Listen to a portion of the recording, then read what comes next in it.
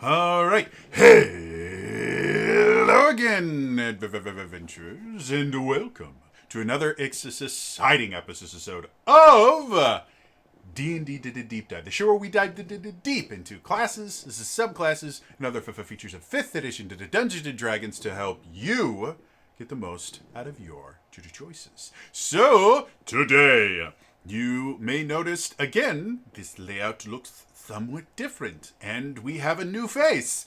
This is the amazing Elias Thompson. Elias, go ahead and introduce yourself. Hello, I am the amazing Elias Thompson.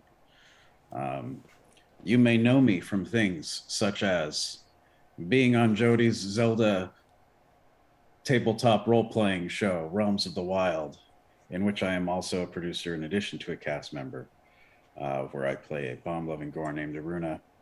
Um, Also, you could know me from a billion other things on the internet.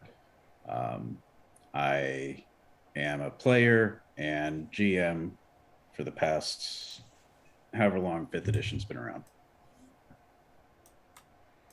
Excellent. Yeah, Elias and I have known each other About the same amount of time. Yeah, 2013, 14. Around that at the time. We both got involved in the Geek and Sundry Vlogger search, and yeah.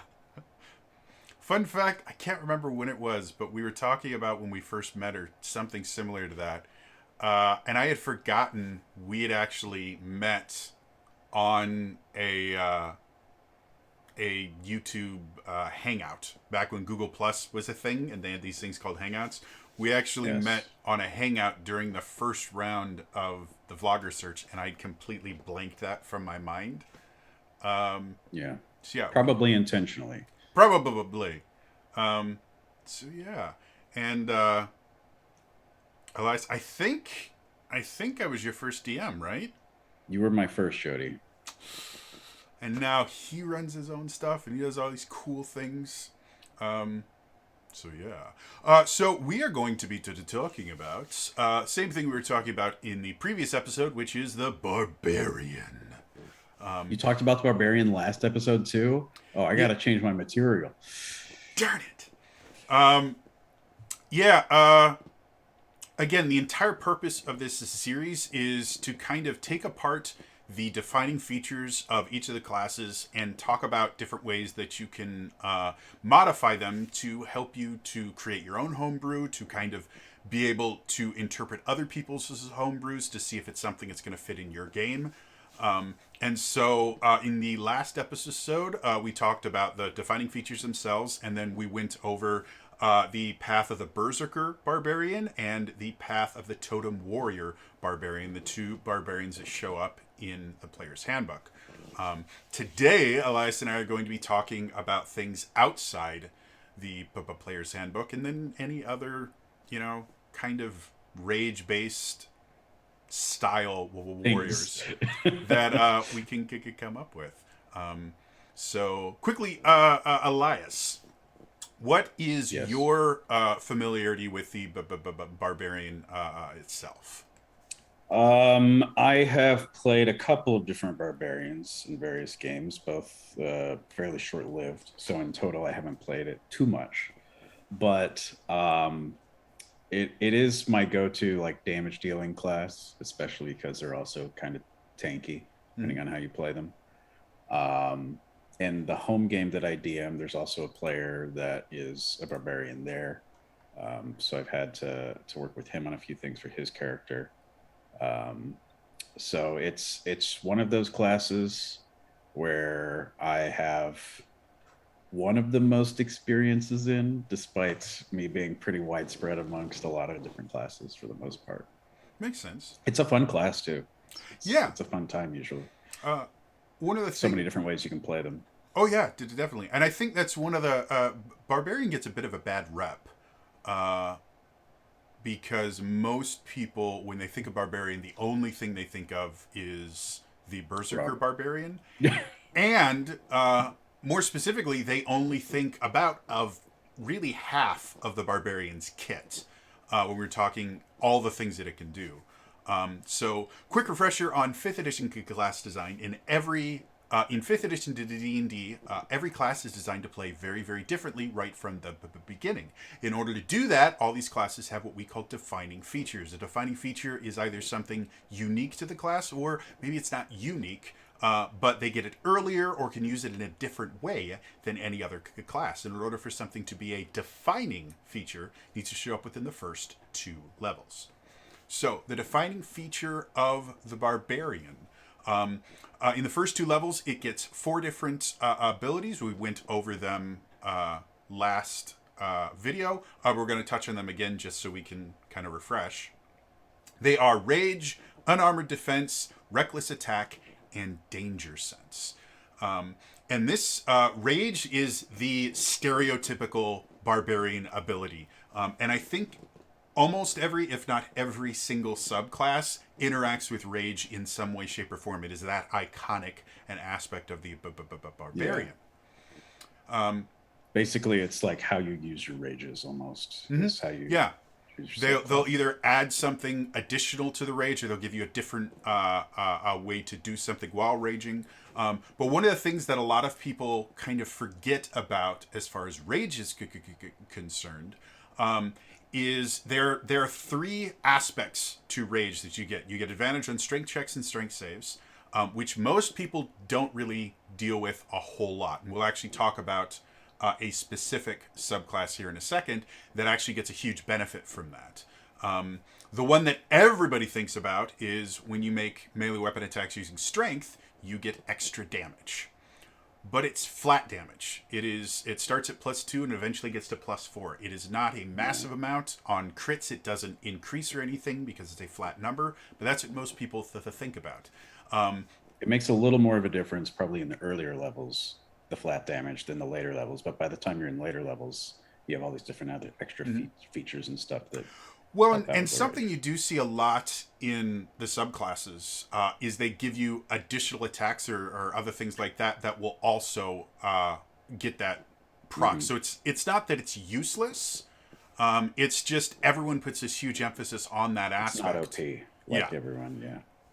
And then the third one, which a lot of people kind of not really ignore, but don't really appreciate just how useful it is you get resistance to basically all physical damage. Bludgeoning, piercing, slashing damage. And that kind of leads into how creative you can play the Barbarian. Because there's 2 things that Barbarians do super, super well. One, they do a lot of damage. Especially once you start getting things like Reckless Attack and Brutal Critical and things like that. Especially half-orc Barbarians who get an additional crit already. They do a lot of damage. And they're a lot of fun to play that way. But the other thing that they're really good at is they take a lot of damage. And there's specific things built into the class that are actually designed to help enemies attack you, because attacks made against a barbarian are generally going to be less effective than attacks made against even like a paladin or something like that because of the resistance. They pull a lot of threat like a good tank should. Yeah. And that brings us to the second one that people tend to misunderstand, which is Reckless Attack. Everyone thinks of Reckless Attack of, it's an offensive move. It gives you advantage on your attack rolls so that you can hit more and you can crit more. But the second part of it, you get all attacks against you have advantage. People think of that as just a limiting factor. That's the bad side of Reckless Attack. And it's not. By making yourself a better target, you are protecting your allies. It is actually an intentional thing that you can do to help your party. We talk about action economy all the time in this series. The idea of whichever side has more actions is going to have an advantage in combat. Well, part of having more actions is having more useful actions, as I mentioned in my last video. And having attacks go against a barbarian, even if they hit more often because they have advantage, they're going to be less effective because they just do less damage. And barbarians have a lot more hit points than everyone. They have the largest hit die in the game. Their constitution modifier gets bigger and bigger and bigger, and they're encouraged to have a good constitution modifier. So even if they're taking full damage from non-physical attacks, their the actual percentage of their life that's going down is always going to be lower than every other class. So barbarians are built to take damage not just so that they can do more attacks, but also so that they can defend their party, so they can affect the action economy by making the enemy waste their turns. Bottom line, like right off the bat, barbarians are good frontline class for like frontline soldiers or what. That can get tweaked and changed down the line depending on like subclasses and higher level stuff. But as a good rule of thumb, yeah, barbarians just raging Leroy Jenkinsing the whole time is what they're built All right, for. let's do this.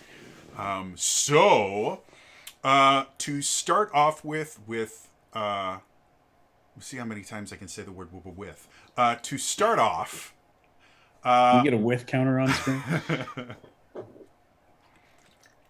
I'd actually like to talk about one of the less effective and probably least used barbarian subclasses, which is the Path of the Battlerager. Might be right about that because I've never used that. Yeah, most Probably people. because it's dwarves only. Yeah, it's interesting. It came out of the Sword Coast Adventures Guide, which is kind of the redheaded stepchild of D&D 5th edition. They kind of had a lot of like race specific feats and stuff, didn't they? It did. It had the Blade Singer, which was limited to elves. It had the Battle Rager, which was limited to dwarves. And a lot of the subclasses in the Sword Coast Adventures Guide were not particularly great. The Ranger didn't get any subclasses because they were still trying to figure out how to fix the Ranger. What do we do about the Ranger? And most of the other subclasses that show up in there show up in other things like Xanathars or Tasha's. As more like generic versions. Yeah, and as improved versions, because this was their first supplement, and it didn't work super well. The designers were still learning the system just like we were. And in particular with a lot of the stuff from this source, like a lot of it was rooted in like Sword Coast and Forgotten Realms lore as well. And some of the stuff they had done there. So you'll get like a lot of weirdly specific things that reference specific societies or something in the world that may not apply at all to your character. And as a lore book, the Sword Coast Adventures Guide is really great. But as a player's option, if you play in the Forgotten Realms. Yeah. Well, I mean, just like you can read probably about 2/3 of the book as a book. Like it's well enough written. It's all lore stuff. And you can just read it, and it's enjoyable. Yeah. But as far as the player options, they weren't great. And the Battle Rager is a really good example of that because they tried to do something a little different, and they just didn't quite get the feel for it. The first thing that you get with the Battle Rager is your Battle Rager armor. One of the defining features of the Barbarian is unarmored defense. They're specifically designed so that they don't wear armor. But the Battle Rager has armor. So this is an armored barbarian, which is a cool idea. And the big benefit, you have a specific type of armor that you have to wear. It's called spiked armor. It's a medium armor. And if you are wearing that spiked armor, you can actually, as a bonus action, make a melee weapon attack using your armor spikes. You can basically, after attacking, you can just kind of charge into someone. Shoulder charge someone, yeah. So we were talking about before, that additional damage you get from raging, a lot of these subclasses will give you additional attacks. And so this would benefit from that. So you're going at 5th level. When you get extra attack, you get 2 normal attacks and then a bonus action 3rd attack. So that goes, the +2 damage you would normally have there is now, instead of it being just +4 per round, it's now +6. However, it only does a D4 of piercing damage, so it doesn't really work well compared And to. I don't think it scales up with level either. No, it is the same thing the entire time. When you talk about like barbarians or crit machines, most barbarians use a great axe because it's a D12 for your damage to die. So when they crit, they would roll 2d12, and at 9th level they roll 3d12. The difference between 2d12 and 3d12 is pretty massive. The difference between 2d4 and 3d4 isn't. So that's kind of the first thing, especially if you compare it to something like the Berserker, which just gets a full extra attack. It feels very underwhelming.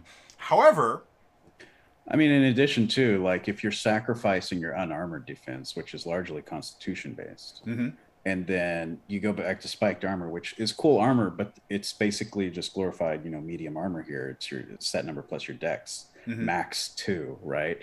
Then you have to worry about, like, especially if you're the kind of player who are super into, like, maybe min-maxing your stats, like, well, do I focus on constitution more now, or do I focus more on dex? If I, sacrifice some constitution, that takes away from some of the other things that barbarians are good for. So, so yeah, and that's when you're looking at a subclass that doesn't work. A lot of times it doesn't work because it fights against itself, and that's a perfect example of it fighting against the base class.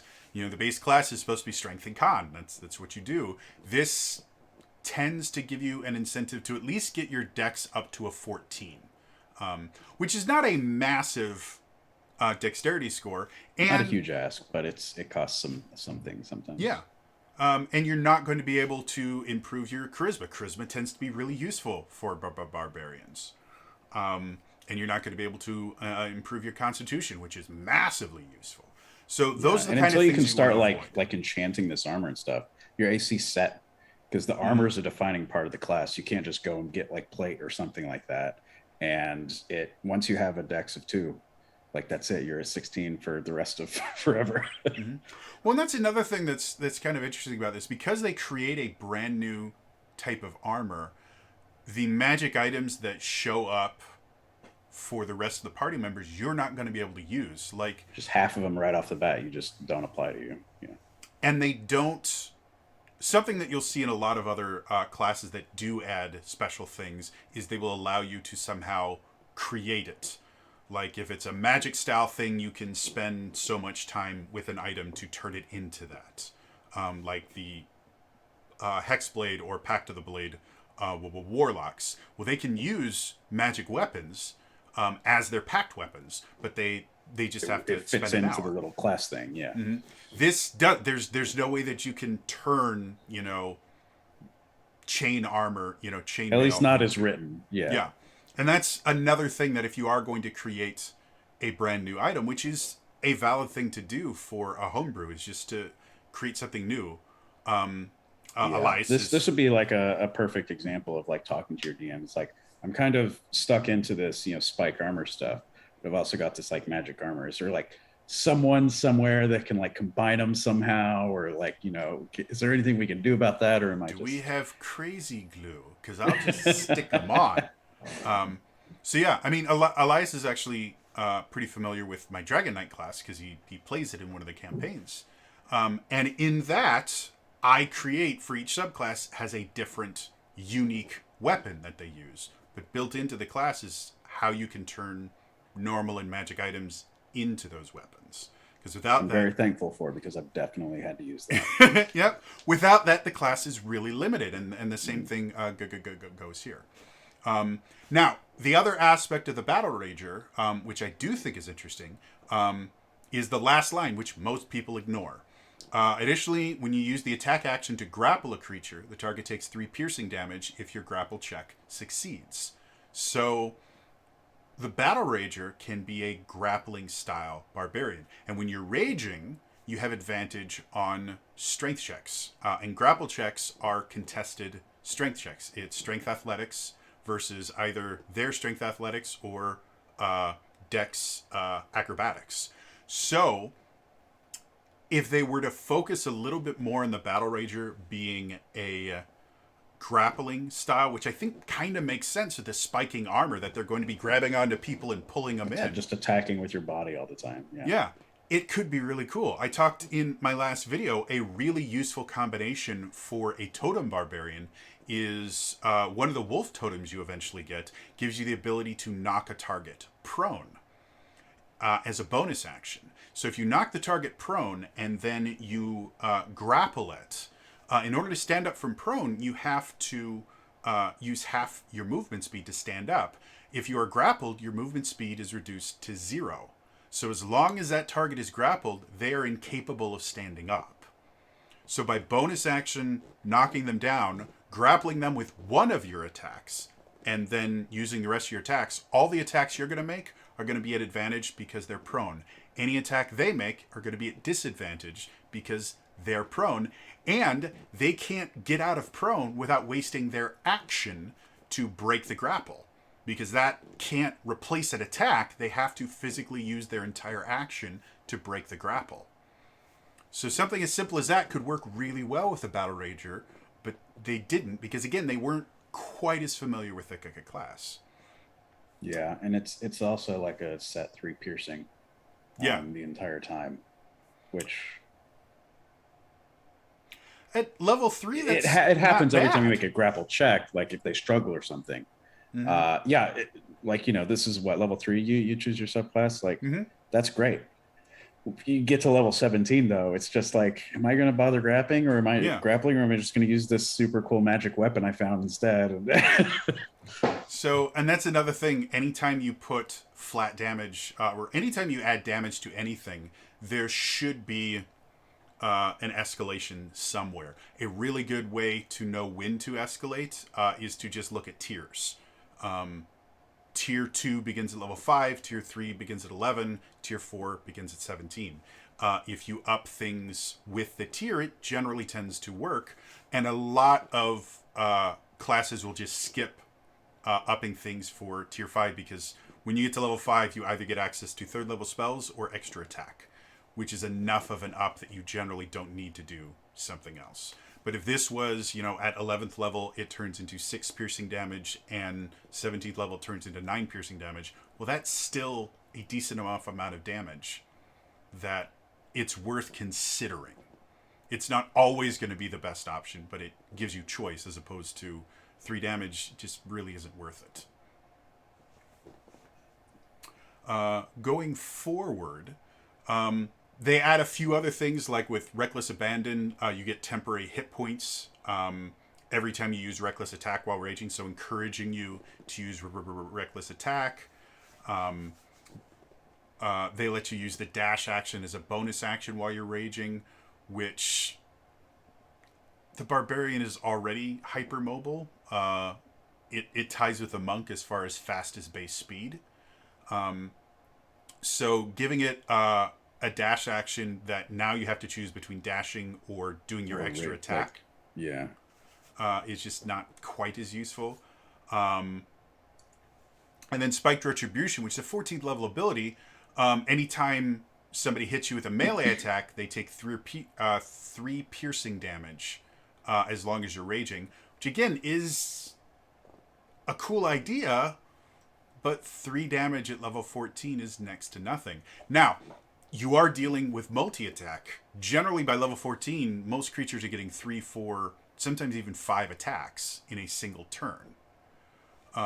So that multiplies, but 3 damage is still not a ton, especially when you're taking from each one of those, even with resistance from raging, you're probably taking 10 to 15 damage per hit. Which your hit points can take it, but it just seems really underpowered. And so that's something that you really want to focus on if you are homebrewing and you want to do something unique like a Battlerager armor or something like that, is make sure that you're leveling it. It's getting more powerful as you go on, and understand what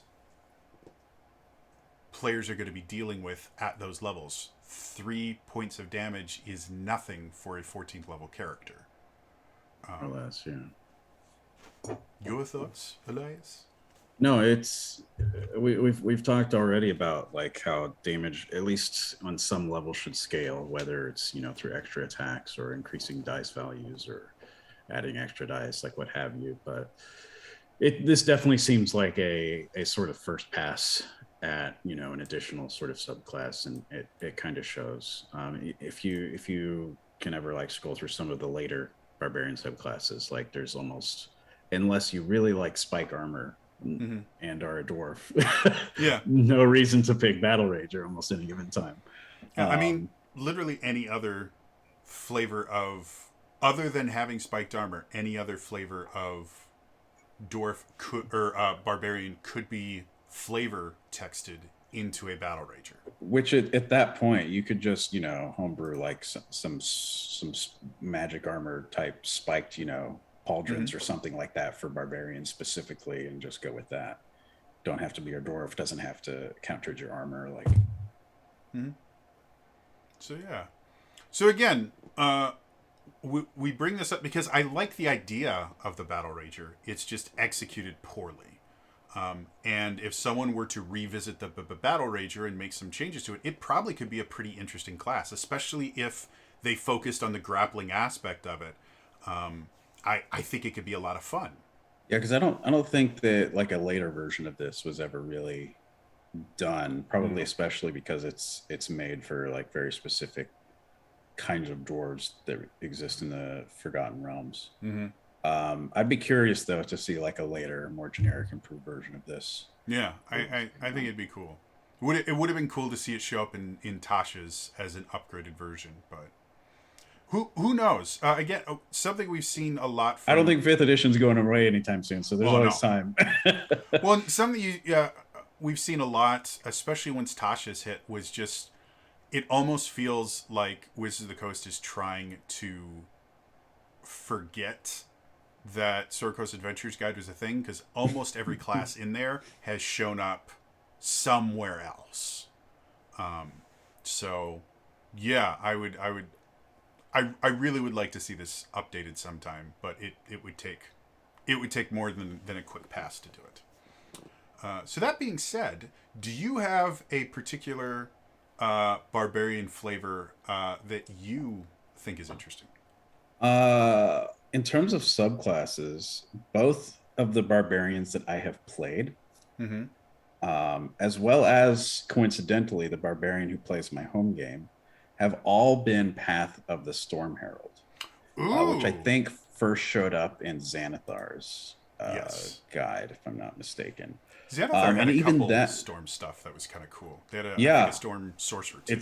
it's very heavy, like, you know, be one with nature type thing. And even within this path, like there's subpaths almost, because you get to choose your storm aura right away at third level, which is desert, sea, and tundra, which basically, you know, kind of equates to, you know, fire, lightning, and ice in terms of like damage types and stuff. So that's always been really cool.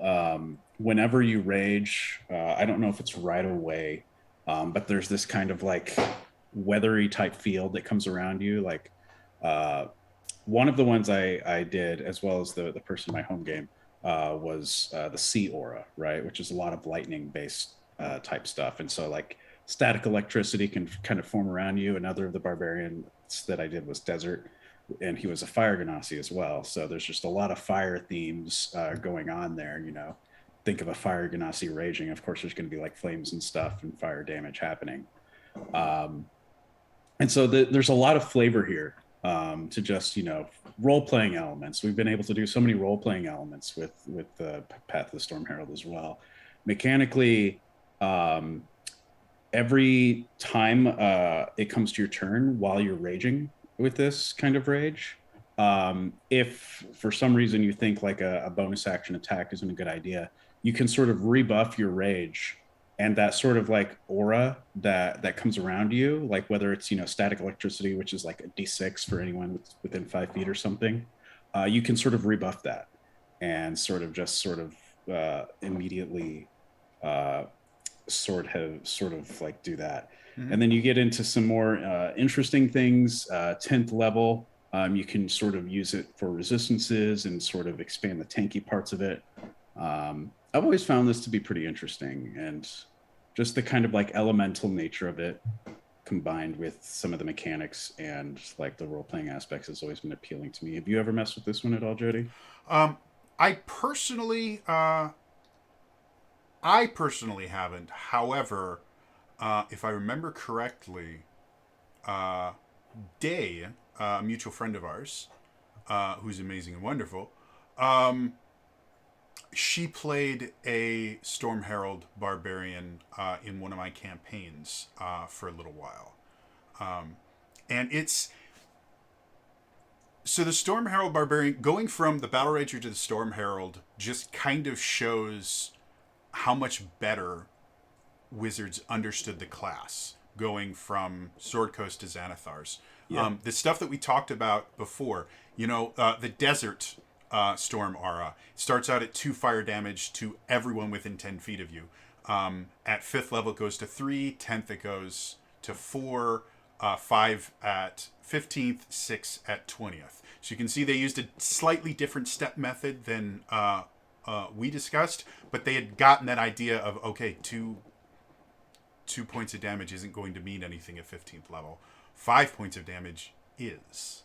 Means a little more at the very least. At the very least, it increases, kind of like the additional raging weapon damage that you see on the table. Well, and the other thing that's kind of that I really like about this, like if you look at between Desert and Sea for the 3rd level ability, Desert, all other creatures in your aura take fire damage. Sea, you can choose one other creature you can see in your aura, and they make a dex save to take damage. So it creates different ways to play the character. A Desert Storm Barbarian is going to want to go in and be away from other allies, whereas a Sea Storm Barbarian can go toe-to-toe with another friend nearby and, go in and not worry about hurting their friends. And then the Tundra is each creature of your choice gets temp hit points. So that one incentivizes you going in with a big group of people. Want to be next to allies, Yeah.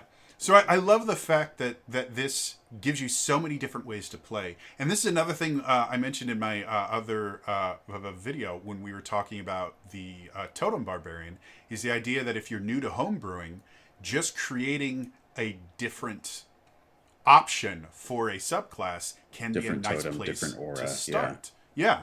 So you have Desert, Sea, and Tundra. Well, there's a ton. You could make a forest aura. If you've ever think of any Minecraft biome and just make an aura out of that. Like there's and it literally would just require you to make 3 new options. And even just by coming up with those 3, like it'll totally shift how you play your barbarian. Mm-hmm. So yeah, and so again, if you are home brewing something like this, interacts with your rage in a really interesting way. It creates an aura when you rage, and then by 6th level you have benefits that happen even when you're not raging.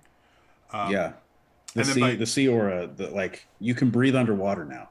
Like it literally takes you into the sea. Like so now so many of the players in my home game, like they can just like be underwater for like indefinite periods of time and they'll be fine. And this is one of the ways you can do it. It still leans into that lightning part. You gain the resistance if you didn't already have it.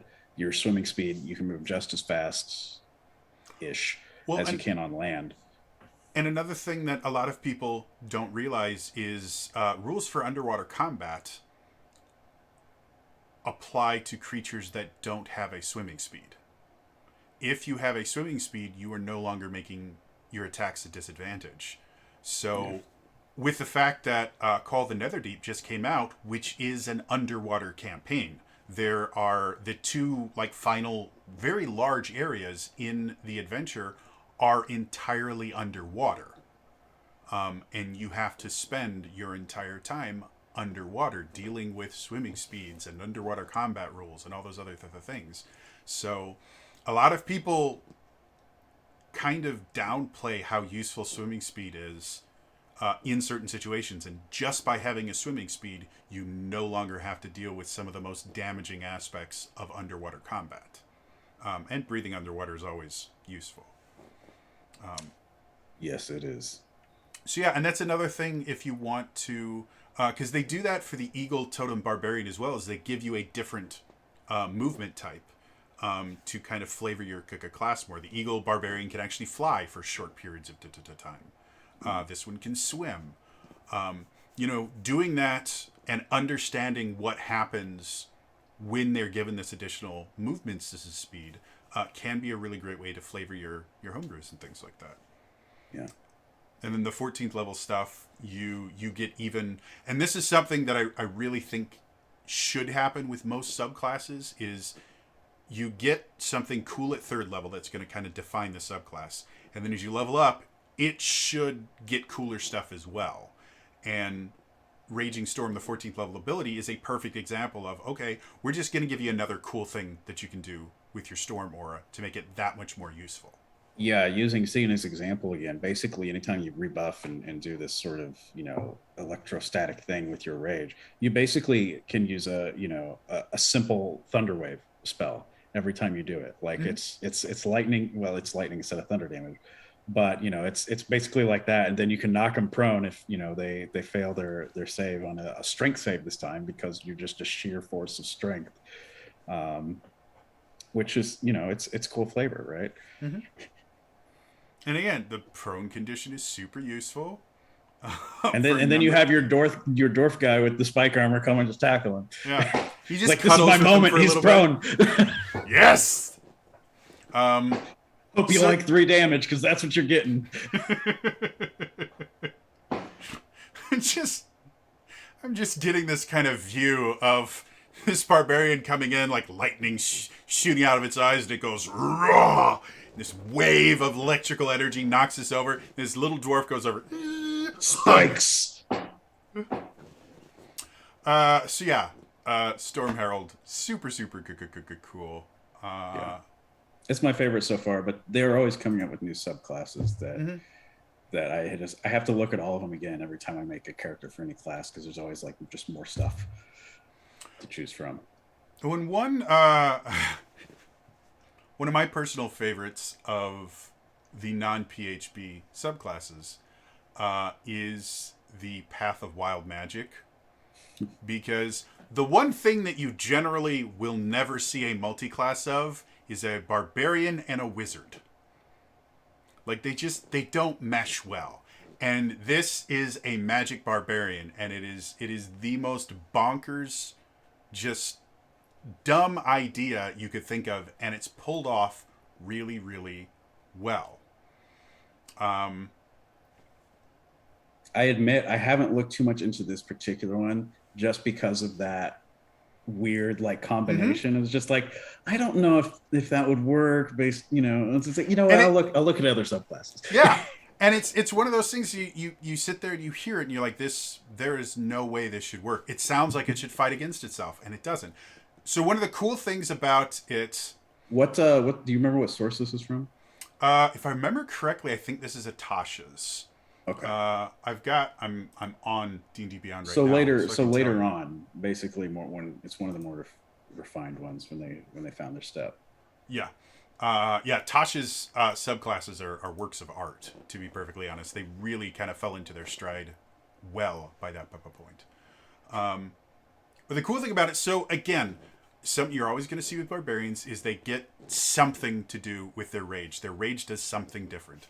Well, with the Wild Magic Barbarian, when you enter rage, roll in the Wild Magic table to determine the effect produced.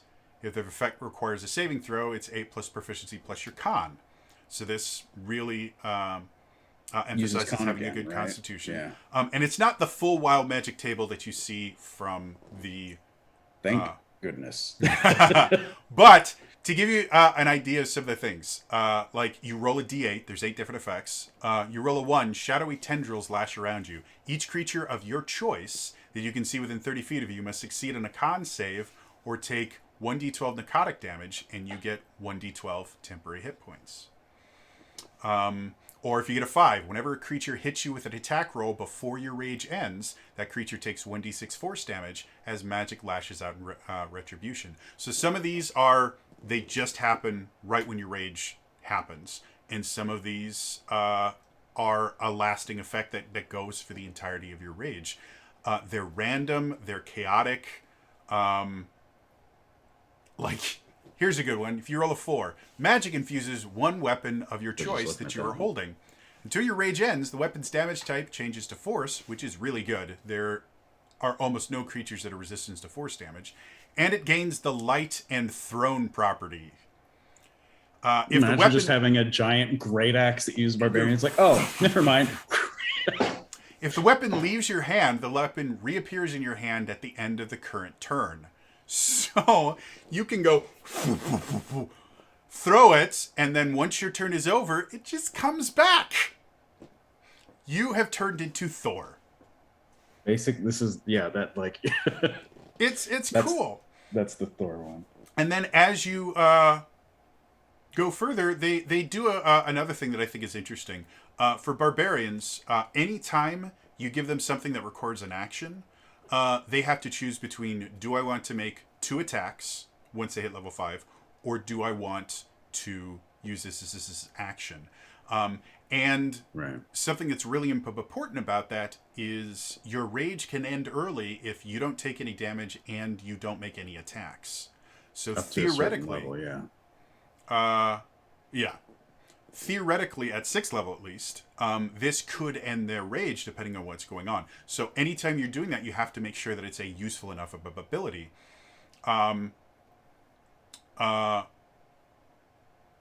But the effects that happen, like the things that you can do for 10 minutes, as an action, you can touch one creature, which can be yourself, and confer one of the following benefits. For 10 minutes, the creature can roll a d3 whenever making an attack roll or ability check, and add the number rolled to the d20 roll. And if you're wondering what a d3 is, it's just half of a d6. So if you roll a d6, divide it in half, roll down. Round down. Like it's not nearly as difficult as it sounds. But some people make D3s, and those look real funky. They do. I can't even remember who it was. I had somebody that had a bunch of odd numbered dice, and it was really like D7s and D3s and stuff. It was just bonkers. So anyway, or roll a D3. The creature regains 1 expended spell slot, the level of which equals the number rolled or lower, the creature's choice. Once a creature receives this benefit, can't receive it again, long rest. You can take this action number times equal to your proficiency bonus. So this is something that you can use outside of combat. And I mentioned before, the 6th and 10th level abilities for most barbarian subclasses, one of them is going to be an out of combat ability. And it just depends on the barbarian subclass, which one it's going to be. So when you're homebrewing your stuff, make sure you're looking at the other later on stuff. Just to know that, if you create a subclass that is all combat abilities, in combat they're going to feel a little unbalanced because they're going to have more abilities than other barbarian subclasses, and then outside of combat they're going to feel less useful because they don't have something to do outside of combat. So make sure I'll stand here and look intimidating. So yeah, that's another one that I think is interesting. The fact that you basically get a +1, 2, or 3 to your attack rolls and ability checks for 10 minutes is really useful, especially if you do it right before battle starts or something. It means for the entirety of battle, you have effectively a free bless that doesn't require concentration, which is always nice. And then going further at 10th, when you take damage or fail a saving throw while raging, you can use your reaction to roll on the wild magic table and immediately produce the effect, and it replaces your current wild magic effect.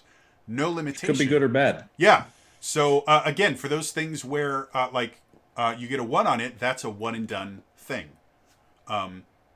So every time you take damage and you have a reaction, so once per round, you can basically change what wild magic effect is affecting you. And then 14th level, whenever you roll in the wild magic table, you can roll the die twice and choose which of the 2 effects to release. If you roll the same number on both dice, you can ignore the number and choose any effect on the table. So another perfect example of we're going to make this thing better. And this one is just literally by controlling chaos in this particular point. And at that point, by 14th level, that's either when you rage or whenever you choose to do backlash as a reaction.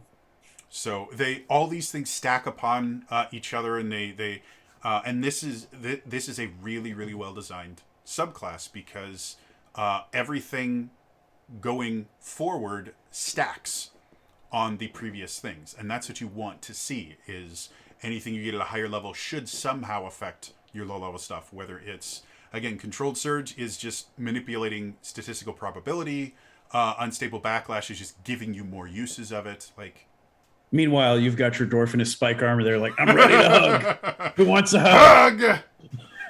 As shadowy tendrils start shooting out. It's like, I can't hug tendrils. I'm going to grapple that shadow. So, yeah. As far I need to make a Battlerager NPC. Yeah, again, the idea behind the Battlerager is cool. The actual mechanical aspects of it. You see a Battlerager in a tavern or a bar, you're just like, I don't want to mess with that guy. Yeah. And then you actually mess with that guy, and you're like, oh, he's not that bad. Yeah, he's just really good at hugging. I'm a hug barbarian. So going outside the realm of D&D specifically, in my last video I showed a little bit of my ignorance of the barbarian, because my understanding is the barbarian didn't show up until second edition, and like partway through second edition. It wasn't a base class, but anyone that watched the old Dungeons and Dragons cartoon, one of the characters was a barbarian, and that was all, that came out in the early 80s, which was original D&D and D&D first edition. So obviously they had to have existed in some realm. But I'm not as familiar with like barbarian kits and things like that, because barbarians were very simplistic, even going into third edition, where you had a billion different prestige classes. But something that I haven't seen a barbarian do that I think could be really, really interesting is actually kind of inspired from Dragon Age Inquisition. One of the paths you can take involves doing damage to yourself to increase damage or do other things. And I like that aspect. Like, you get a little bit with the Blood Hunter, Matt Mercer's Blood Hunter.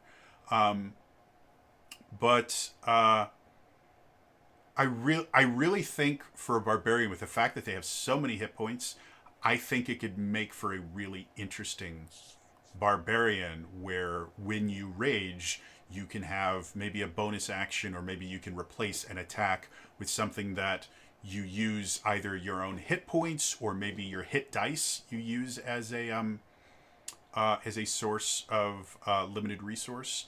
And then it allows you to augment your attacks, either, maybe give you a further range, give you like a cleave ability kind of thing, stuff like that. I think it could turn into something really interesting and fun that doesn't exist in 5th edition currently. They're really, other than the Blood Hunter, there really isn't a class that actually has that kind of Dark Knight idea of, I hurt myself to damage my enemies. Yeah. Thoughts? I mean, the Barbarian would be a perfect existing class to sort of experiment in that realm. Like you said, the Blood Hunter, that's kind of almost built around that in some ways.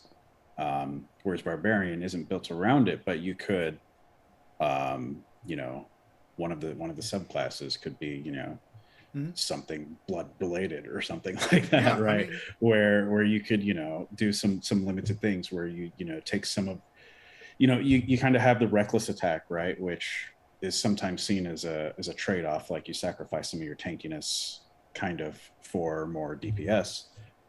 You could go into a whole subclass of that, where you have different ways you could do that.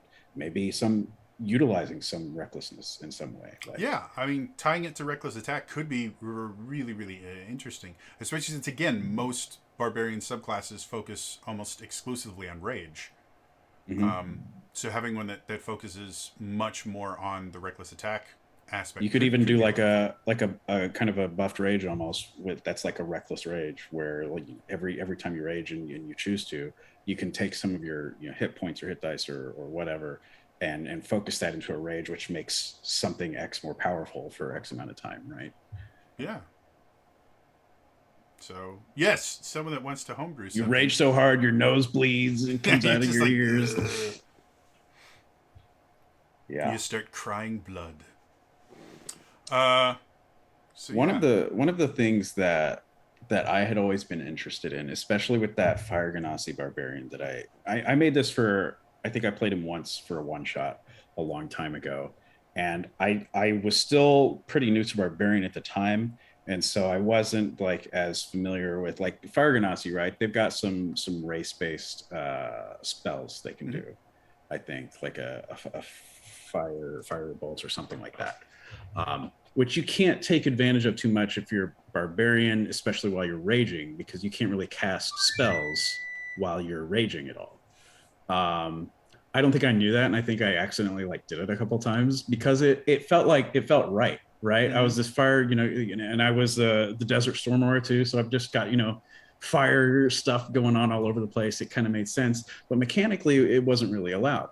And so I still sometimes I look into like homebrew feats of like Rage Mage, which there's so many different like people have tried to figure this out. They've tried to crack this in a balanced way where you can do like limited spell usage while raging as a barbarian, and there's all these different uh, like rules around that they try and try and do, and that's something I've always been interested in. I've looked and added a few of them to my homebrew collection on D&D Beyond because if I ever decide to play that character again, I'd like to figure out some way to work. Right, he's not a spellcaster really. There's no class-based thing, but there's just a couple fire-based spells I'd like to just be able to sling around whenever I'm angry and fire-based stuff. So one way I've seen around stuff like that is and we're starting to see this in monster stat blocks now with the revised version of stat blocks, is instead of having it be that you're quote unquote casting a spell, change it into an attack that effectively does the same thing, but it's not a spell. Right. And that can be super useful, especially with the barbarian rage aspect. Like you could build a rage mage subclass which would mimic spells, but they would be attacks, and they would obviously need to be mechanically wouldn't necessarily count as spells, at least for those specific attacks. Right. And there'd be balancing aspects that you'd have to deal with, but it could be really interesting and fun, and definitely would almost a four elements monk style thing where some of their things were spells and those didn't work at all. But they did have a few things that were just abilities that you could do, like Water Whip, which was actually really useful and really fun to use compared to just casting Burning Hands. So yeah, I like that. I think I hadn't thought of a Rage Mage. Again, we talked about the wild magic, and that's mostly a chaos. I mean, that's as much as it's wild magic. That's a chaos. It's magic, but it's like it's RNG, right? And I've always been the kind of player, at least, where when it makes sense to, and when it's an option, I take like the more controlled like set thing. Like I don't think I've done a wild magic character anything ever class. Whenever I roll for hit points leveling up, I always take the set amount. I never roll, just because it could go really bad. And that's obviously to an extent. And so when I think of like stuff like this, like there's the wild magic, but that's really the only thing that's kind of been workshopped, and it's RNG. If there was like a more or a less RNG, magic way to sort of like introduce just a little bit into angry magic. Yeah, I like that could be interesting. Well, and I mean, as much as need to make a path of angry magic. There we go. As much as it says wild magic, I mean it's really just let's see how crazy things can get. More than Yeah. like he's not really casting spells. He's just causing chaos. He or she or they is just causing chaos. Plop them into the middle of enemies and just see what happens. I love stuff like that. There was when I was doing the Final Fantasy 14 supplement, I think it was one of the subclasses that showed up in that used had that aspect where you used some of your hit points to do certain things, where you take damage to do certain abilities. And I loved the idea of, because it was a die based thing. I think it was actually one of the casters. I might be wrong on this. Because it was a die based thing, you could like restore spells or cast spells using your health. Or no, it might have been Mercer's. Oh, it was Mercer's Blood Magic Wizard. I think it was. It's either the Blood Magic Wizard or the Blood Domain Cleric. Anyway, they had this thing where you could use your own life force to do it, and it meant that if you were low on hit points, like let's say you had like 7 hit points, and the die you used to fuel it was a D8, then you kind of had a gamble there. It's possible that you could roll under your hit points and actually get the spell off, but it also might roll over your hit points and knock you out before you even cast this as a spell. And I loved that kind of gambling aspect of it. Like I mentioned in my video, I was like, really, you really need to lean in to the chaos for this one, because it'll just be so much more fun to go, okay, I've got, a 60% chance of knocking myself out with this, but in that 40% chance I'll do something cool. Yeah. Let's see, dice. I definitely agree that if you decide to choose, a subclass or class that's, that leans more into that, you should lean with it. Yeah, go. I just never make that initial decision. I'm always the guy where if the DM allows it, I do point buy for character creation. Yeah, I almost exclusively do standard array. I don't even do point buy because it takes more time, and I just standard array, average hit point at every level up, because both Elias and I, if you didn't know this, both Elias and I roll like dung. It's just really, really bad.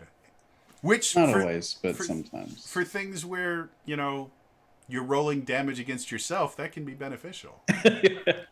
Yeah, but that's when it's like, oh well, bad in this case means a natural 20. So let's just let's just do all the damage against you. Anyway, so final thoughts.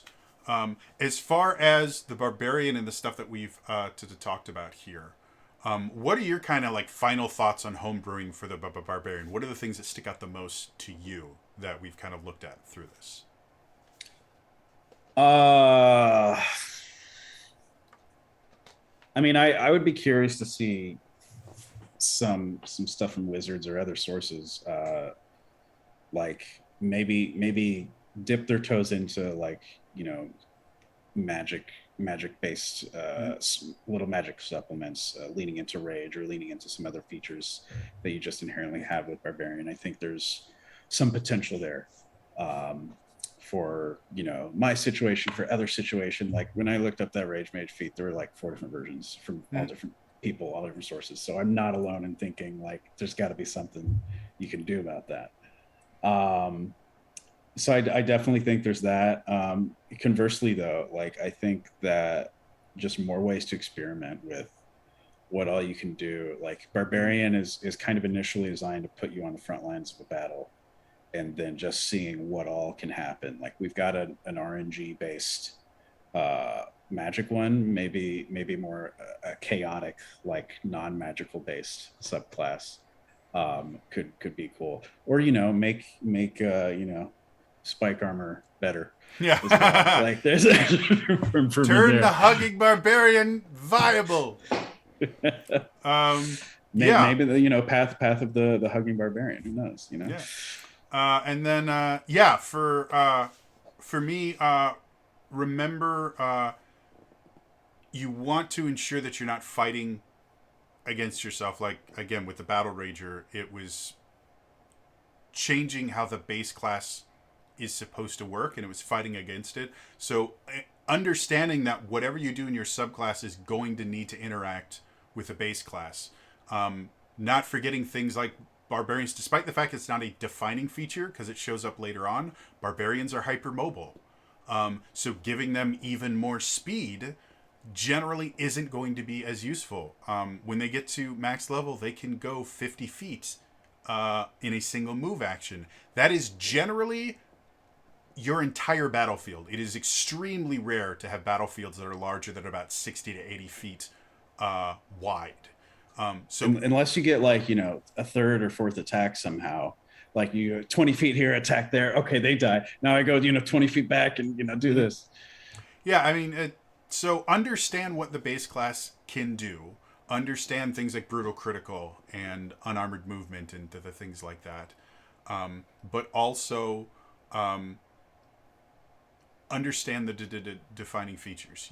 Understand that rage is both offensive and defensive. Understand that reckless attack is both offensive and defensive. And don't forget to kind of lean into those defensive aspects of the barbarian, because you can make some really cool barbarians. Like the Ancestral Guardian is a defensive barbarian that we didn't get a chance to talk about. Yeah. And it's really interesting. The Tundra Storm Barbarian is much more defensive than offensive, and it's a really cool subclass. So don't forget, the Barbarian is just as much a defender of their allies as they are a killer of their enemies. So anyway, that is going to be all for us today. As always, if you enjoyed this, like the video, subscribe to the channel, hit the bell icon, turn notifications on. All those things are super, super important for other people seeing this. In the comments down below, what is your favorite weird version of a barbarian? They don't even need to be called a barbarian, just a character that goes into some sort of trance or something that gives them additional abilities that they use in combat. Let me know in the comments down below. Elias, if people wanted to find you on the interwebs, where would they go? You can pretty much find me anywhere online at Elias Thompson, including Twitch, where my schedule is. I don't have a schedule. I just stream whatever I want when I want. And like I mentioned earlier, you can find me on the Zelda Universe TV Twitch channel every other Saturday morning at 9 a.m. Pacific. I apologize.